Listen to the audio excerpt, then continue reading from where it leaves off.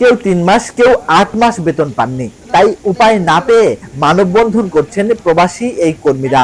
বেতন না পাওয়া কর্মীর সংখ্যাটাও নেহাত কম নয়, 50 জনেরও বেশি। সবাই জোহর প্রদেশের নির্মাণ প্রতিষ্ঠান ইস্টার্ন ভিশন এসডিএন বিএসডি তে কর্মরত। বেতন না পাওয়ায় পরিবারের কাছে টাকা পাঠাতে পারছেন না তারা, তাই বাড়ছে ঋণের ভার। আর মালয়েশিয়ায়ও নিজের চিকিৎসা করাতে পারছেন না অনেকে। অসহায় অবস্থায় পড়েছে তাদের পরিবারগুলো। কষ্ট সইতে না পেরে অনেকেই নিজ খরচে ফিরে গেছেন দেশে। বেতন না দেওয়ায় বিষয়টি নিয়ে সরকারের শ্রম বিভাগে লিখিত অভিযোগ জানালে তা গড়ায় আদালত পর্যন্ত।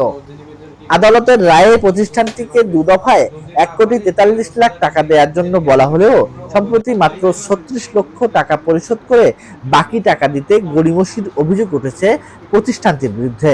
অনেকে 1 বছর 2 বছর ঠিকমতো টাকা পাইছি, বিগত 8 মাস হলো আমাদের কোনো কোম্পানি টাকা দেয় না।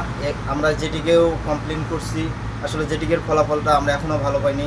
মালয়েশিয়া একটা গভর্নমেন্টের আমরা কেস করেছি। এই কেসের দ্বারা আমরা চাচ্ছি আমাদের 8 মাসের যে বকেয়া স্যালারি পড়ে আছে সেটা আমরা অতি দ্রুতই যেন কার্যকর শেষ হয়ে যেন আমাদের টাকা আমরা ফেরত পাই। উপযুক্ত প্রমাণও আছে আমাদের কাছে।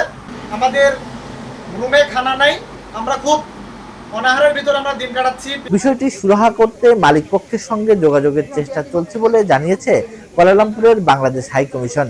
যদিও ভুক্তভোগীরা বলছেন দীর্ঘ সময় পার হলেও কার্যত কোনো সমাধান পাচ্ছেন না তারা। Mustafa Imran Raju, 71, Kuala Lumpur, Malaysia.